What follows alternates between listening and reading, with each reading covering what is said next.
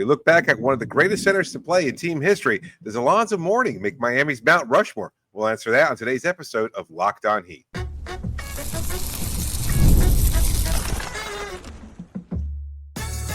You are Locked On Heat, your daily Miami Heat podcast, part of the Locked On Podcast Network, your team every day. All right, welcome to Locked On Heat, your daily podcast on the Miami Heat, whether you're tuning in on YouTube or on your favorite podcast app. Thanks so much for making Locked On Heat your first listen every day. I'm Wes Goldberg, host of Locked On NBA Daily and Real GM Radio, here with David Ramil. Both of us are credentialed Heat media members who cover this team every day. And David, yesterday we talked about Miami's refreshed plan for 2026. We talked about the potential ability to go get a star player, whether that's through free agency or trade. So look, if you missed that episode, you could find it up in your podcast feed or on YouTube. Today, we're jumping right into our 25 of 25 series, looking back at the top 25 Heat players of the last 25 seasons. Each episode, we'll be taking an in-depth look at every player who made the list as voted on by us and our Locked On Heat Insider community through the lens of what made them a definitive part of the franchise's history. Eddie Jones checked in at number 12, and now at number 11, just on the outside of the top 10, David, it's the no-nonsense OG of Heat culture, the two-time Defensive Player of the Year. He is on the Heat's Mount Rushmore. It is Alonzo Mourning.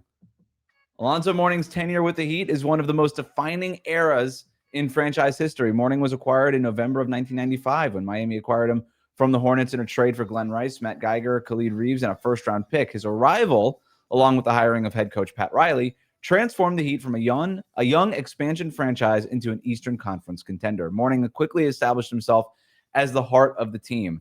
Known for his fierce shot blocking, defensive intensity, and inside scoring, he became the Heat's anchor throughout the late 1990s. He won back-to-back Defensive Player of the Year awards in 1999 and in 2000, and he was named an All-Star 5 times during his Miami tenure. Alongside Tim Hardaway, he led the Heat to 4 straight division titles from 1997 to 2000, with the highlight being a trip to the 1997 Eastern Conference Finals where Miami fell to Michael Jordan's Chicago Bulls. But then came the turn of the millennium. In 2000, Zoe was diagnosed with a rare kidney disease. I'm going to try to say it, David. Focal segmental glomerulosclerosis. Yes, nailed it. It was a life-threatening condition. Still, he did try to play. But he could only suit up for 13 games in that season, and then by 2002, he left the Heat and sat out for a season, then briefly played for the New Jersey Nets before returning to Miami in 2005. His comeback was crowned by an NBA championship in 2006 when Zoe played a crucial role off the bench behind Shaq in the NBA Finals against the Mavericks. Alonzo Mourning retired in 2009 as the Heat's all-time leader in blocks and one of the franchise's most beloved figures. His jersey, number 33, was the first number ever retired by the Miami Heat franchise. His combination of dominance, resilience, and loyalty cements him as the original Heat legend, David. I'm not sure I agree with that last statement there, but who would you put as the OG Heat legend? No, the loyalty part. And I've always had a bone to pick with that. I think that's interesting because I know it'll probably come up throughout the episode. His return, certainly one of the best moments, I think, of his career, just for him to come back here and to be able to cap what had been a fantastic career when he was clearly past his prime, and to be able to still be an impactful player. And it went a long way towards erasing what I thought was a really terrible decision on his part. So I think his choice to leave the team in 2002, something that stuck with me a lot. And I remember at the time, I don't even remember how old I was, but I remember being disappointed. In fact, even writing a letter to Slam magazine. This goes back. The first thing I ever wrote about basketball, I was so upset at the decision by Alonzo Mourning that I wrote a letter to Slam magazine. After he made his announcement, he decided, I remember he was on a free agency tour. He was going to potentially join the San Antonio Spurs to be a backup for, I guess, Tim Duncan. He was going to join the Boston Celtics. I don't remember who their starter was. The Nets or the Boston Celtics. It was 4 teams that were vying for his interest there. And then he chose ultimately to join the then New Jersey Nets. And I thought it was a terrible decision, especially at that point in time when they had just come off a finals run, if I'm not mistaken. Yep. And they had that fast-paced offense with Jason Kidd, Vince Carter, or Richard Jefferson. I can't remember who was who at that point in time, but either way, it was that iteration of the New Jersey Nets, and thinking, what the hell is Alonzo going to do even there and on that team at that point in time in his career? And so it just stuck with me a little bit. And then he went to Zoe Summer Groove, and I remember fans being somewhat disappointed at that point in time, and he addressed the crowd as he always does to kick off the tournament and saying he'll always bleed red and black. And then I remember this was a big statement, the big sentence I put on the capper of my letter. I said, he says he always bleed red and black, but it's crucial to see that Alonzo only really cares about the color green because he chose to leave to New Jersey for money. Good. Yeah, that's gold.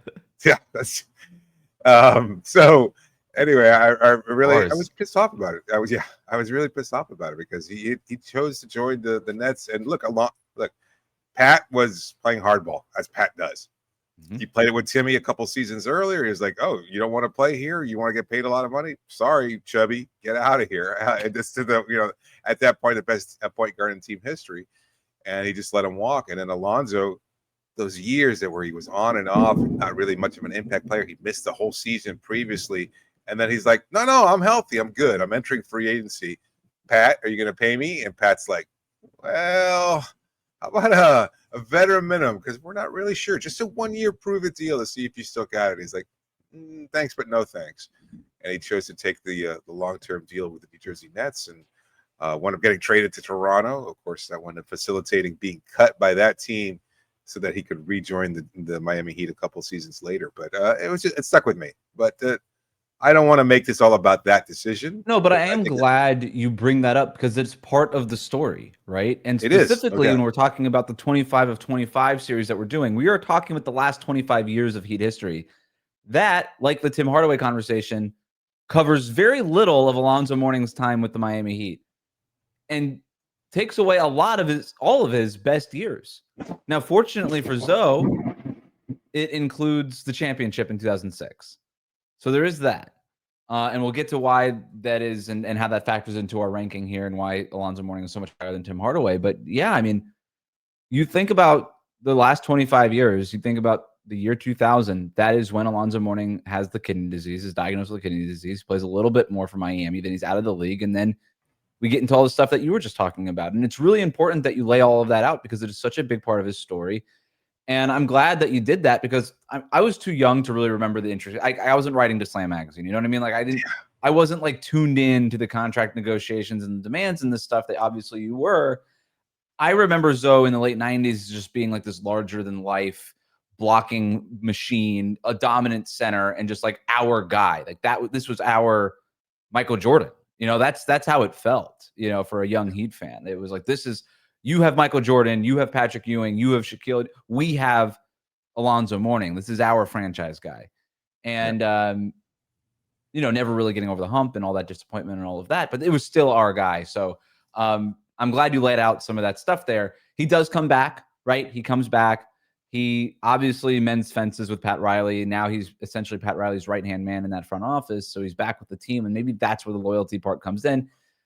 Dwayne Wade was loyal, even though he left, right? Like loyalty, like it's family, right? Like there's ups and downs, there's arguments, there's people that just don't talk to each other for years, but eventually at the end of the day, like the family that gets back together, right? And right. For Zoe, I think that he got back together with his family. So, I do think it's a big part of his story though.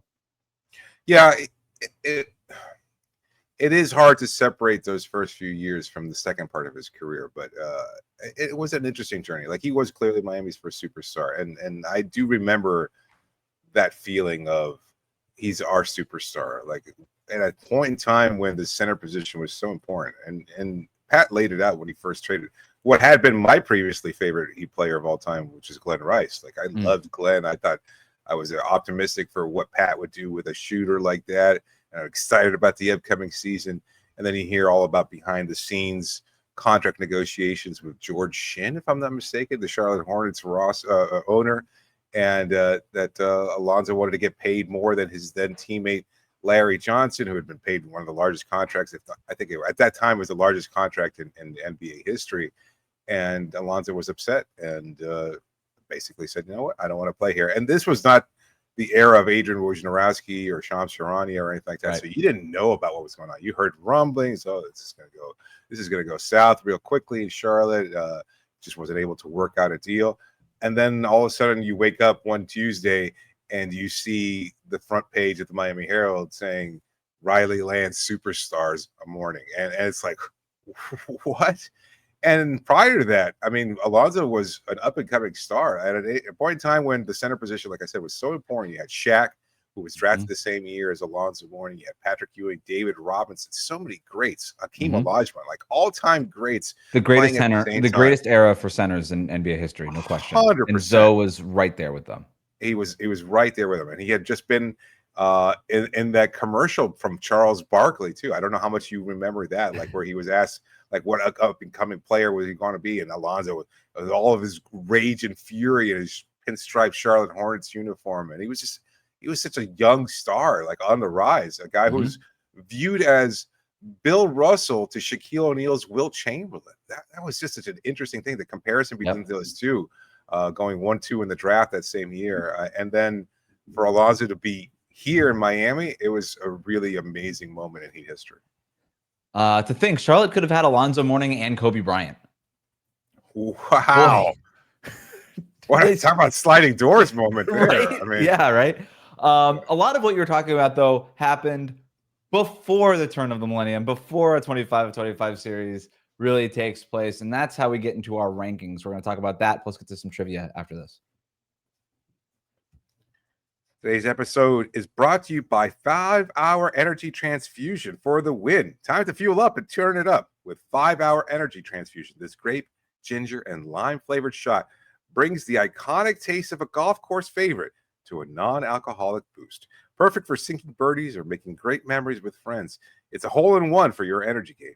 Whether you're out on the course or just need a little extra push to power through your day, 5-Hour Energy Transfusion delivers the clubhouse favor you love without ever leaving the green. I may not be a golfer, but I know being out on the course can take its toll. You want to be able to talk with your friends. You want to be able to enjoy the moment. You want to hit that big shot. Maybe place a little wager while you're out on the course. And you know what? Maybe you just need that extra boost. And that's what 5-Hour Energy Transfusion is all about. Golf is all about good times with good people and good flavors. The grape, ginger, lime flavor of 5-Hour Energy Transfusion gives you the best parts of your clubhouse go-to without leaving the course or chasing down the bev cart. Now you can amp up the fun even more. Just buy, snap, and enter for a chance to win a dream golf trip for two to any golf tournament in the USA. Tee up that trip. Visit 5hewin.com for full rules and entry. No purchase necessary. Excludes the Masters Tournament. Ends October 31st, 2025. We'll be right back. Thanks for making Locked On Heat your first listen every day. Here's where Alonzo Mourning ranked among our panel. The highest he ranked among the Locked On Heat Insider community voters was 3. Wow. The lowest he ranked, David, was 10. I had him at 17. You had him at 16. This is another example, like with Tim Hardaway, where the rules were confusing. Yeah.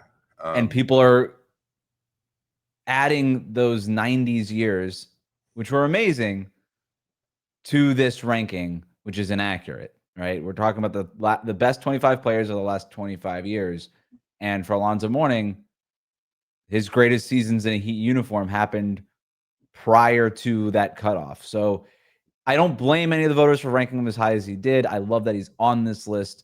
But in terms of the parameters of our made-up thing here, we're talking about the kidney disease years and the year he came off the bench for Shaq. And that's really all that I factored in when I thought about Shaq. And yet I still had him at 17, which I thought was pretty high. You had him at 16, which is right there. Yeah. I think that's fair. I think, honestly, you and I both had him where he deserves to be ranked. Those years from 95 to 2000 were great. So you're looking at the second half and the playoff run of the 99-2000 season. Great run. He was magnificent at that point in time. So you're looking at 4 or 5 months of really good basketball. But then he goes to the Sydney Olympics. He comes back, and he's diagnosed with this disease. That's it. it sabotages the whole season. It's like you acquire Eddie Jones that summer. We just talked about him. Brian Grant, Anthony Mason. Like you've retooled this roster that had fallen short to the New York Knicks, and then Zoe's not available for it. And I can't help but separate it also. Like I still remember that 2000-2001 season, the team made the playoffs without Alonzo Mourning. And they were basically built on the back of Anthony Mason, who carried the team and had his only all-star appearance ever that year because he was so good as a focal point for that team alongside Jones and Hardaway and everybody else. And when Alonzo came back, it shifted everything. And Mace was really upset about it because the team had been his, carrying the team in Alonzo's absence. And then Zoe came back and everything was dysfunctional. Like you could see it in a way that was palpable. Like there were times where they were looking for the jockey in the same spot on the court, like trying to play in the low post. It's like, Mace, you got to get out of there because this is a bad version, or this is a worse version of Alonzo Mourning, but it's still Alonzo Mourning. And Mace was clearly upset about it. They were swept in the playoffs that year by the Hornets. And a lot of that was due to the fact that Mourning just wasn't very good. And yet he was still the focal point of the team because it was Alonzo freaking Mourning. And they were doing things. He wasn't able to do what he had been doing before that. And so the next season he plays, but he's clearly limited. Like there were times there where he looked tired. He just wasn't as impactful. And then he misses the following season altogether. I went through his departure. Now the playoffs in 2006 are such a defining moment for him. And I think that's what fans tend to remember the best about it. The second half of his career was he was really solid as a backup. He had the kidney transplant. This is shaved head Alonzo Mourning, completely different version of the player he had once been in Miami. But coming off the bench to back up with Shaquille O'Neal and then playing well in spurts. And he wasn't asked to do much. You had the incredible MVP production of Shaquille O'Neal, and then Alonzo, the best backup center in the game at that point in time. They had the best 1-2 punch in the center position in 05, 06. And Zoe was so crucial. And yet, it's funny how we've all had this collective Heat-related Mandela effect where we remember Alonzo Mourning somehow as being more impactful than Shaquille O'Neal in the 06 finals. And as you've mentioned before, we watched those NBA finals not that long ago, a couple of years ago, and we looked at 06, and that's not the case. No. It's not. Shaq was solid. He just wasn't dominant, and he made Eric Dampier at 7 feet and 280 pounds look stupid and tiny out there in comparison. But Alonzo just provided such a boost in the minutes that he did play that they felt huge, and they felt rewarding, right? It felt like there was like a vindication of, wow, this is for us, it's for Zoe, it's for Miami, it's for the franchise. It's gonna be how we remember, like people thought, oh, Caleb Martin, he kind of was the Eastern Conference Finals MVP that one year. It's like, no, go back and watch that series. Look at the stats. Jimmy Butler completely outplayed Caleb Martin. It was ridiculous that Caleb Martin shot 60% from three. What are you talking about? But the impact is so outsized based on the expectations. Now, the championship is important because we had this again. We ran into this issue with Tim Hardaway. Alonzo Mourning is no question on Miami's Mount Rushmore. If we were doing a Mount Rushmore thing, Mourning is on it, or at least part of it, right? Like he's like, or whatever. We could. He's one of the best. He's one of the most important 10 players in franchise history, and he ain't 10. Sure. You know what I mean? Like he's high up on this list. That's not the exercise here. We are judging the last 25 years of Heat history because we made up a thing to do in September, and that's what we're doing. And unfortunately, like Hardaway, Zoe gets a lot of his best years kind of lopped off because of the math here. That said, the thing that he did that Hardaway did not is he came back and he won a championship. And he did play a real role in that championship team like you were talking about. Yes. And that matters, and that's why he's ranked higher than Hardaway. Let's get into some trivia really quick, David. You know what? Actually, let's take a quick break. We'll do trivia on the other side of the break, and then our big sliding doors moment for Alonzo Mourning.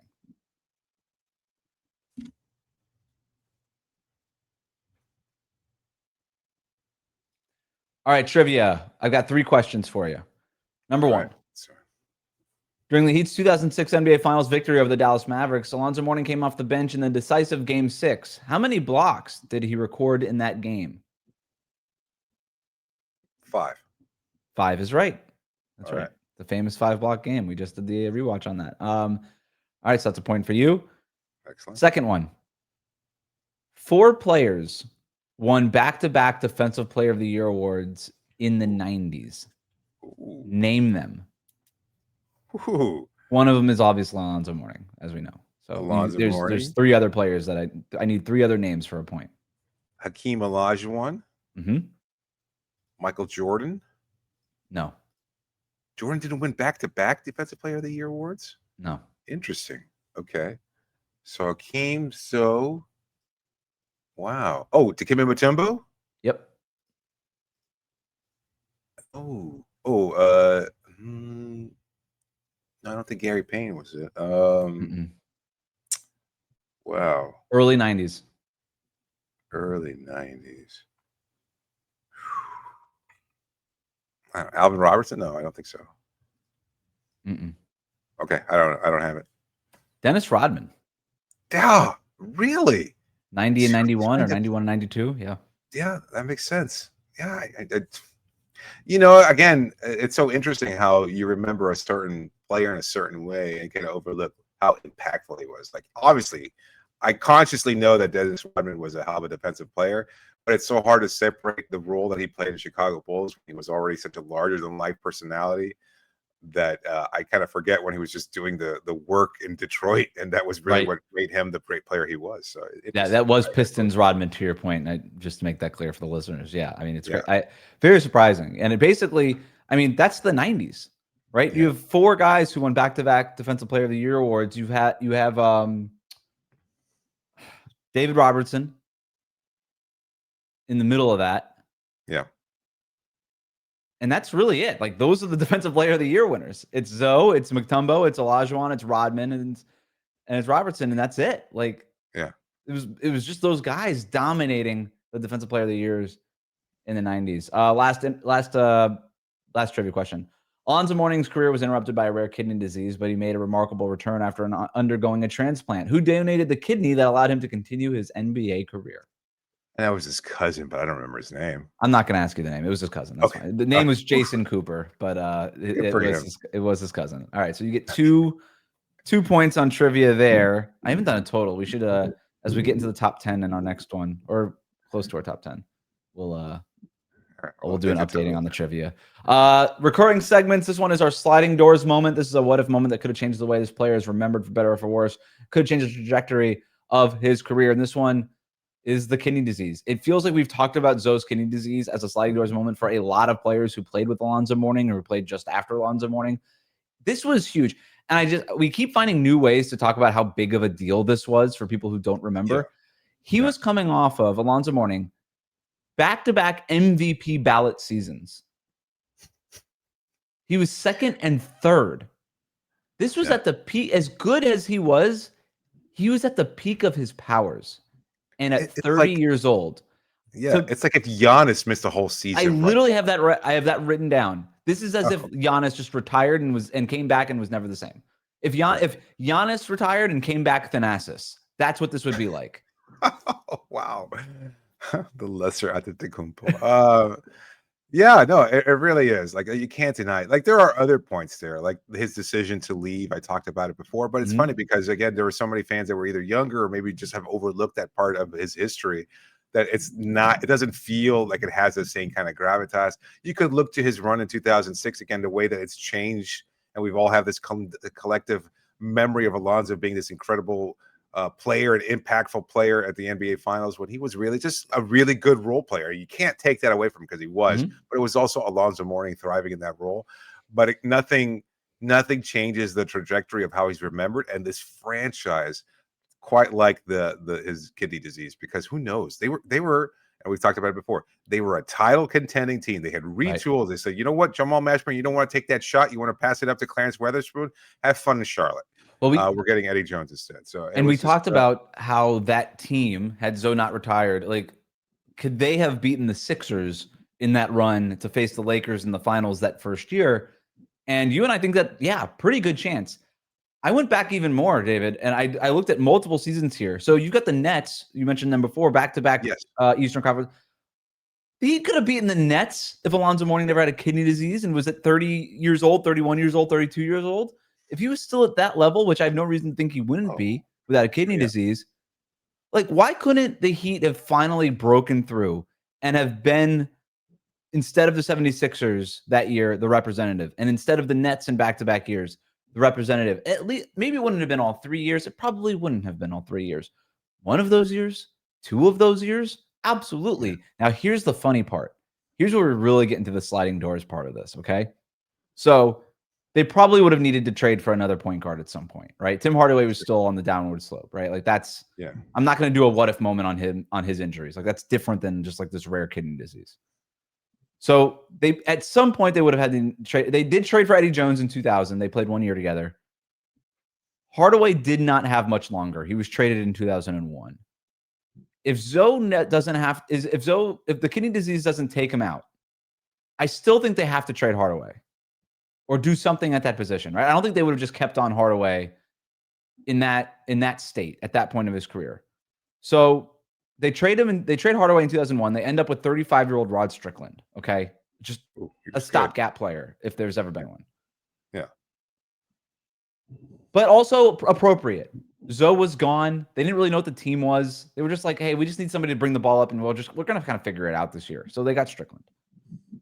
Had Zoe still been in his prime and available, would they have been more aggressive in that summer of 2001? And here are the list of guys who got traded that summer, who moved teams. Jason Kidd, yeah, traded from Phoenix to New Jersey. Stephon Marbury, New Jersey to Phoenix. Mike Bibby from Vancouver to Sacramento. Right. Would have Miami tried to get involved in any of those three guys? For sure they would have. I don't know if they would have gotten them, but Pat Riley makes calls on all three of them. 100%. Mike Bibby was awesome for that Kings team. Jason Kidd went on to lead those Nets teams to back-to-back championship finals appearances. Stephon Marbury he's kind of a weird punchline now. He was great. He was. Starbury. Starbury, man. I wanted the Starburys.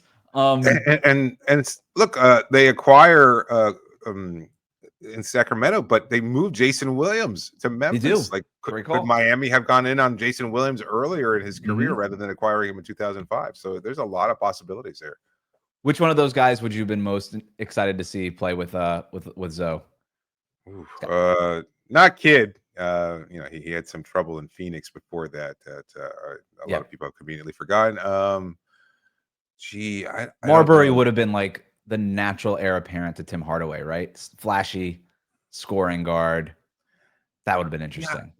I wasn't a fan of his game, but he would have been a better fit, I think. And another sliding doors moment, we would think about Marbury's career potentially a little bit differently if he ended up making a finals or two.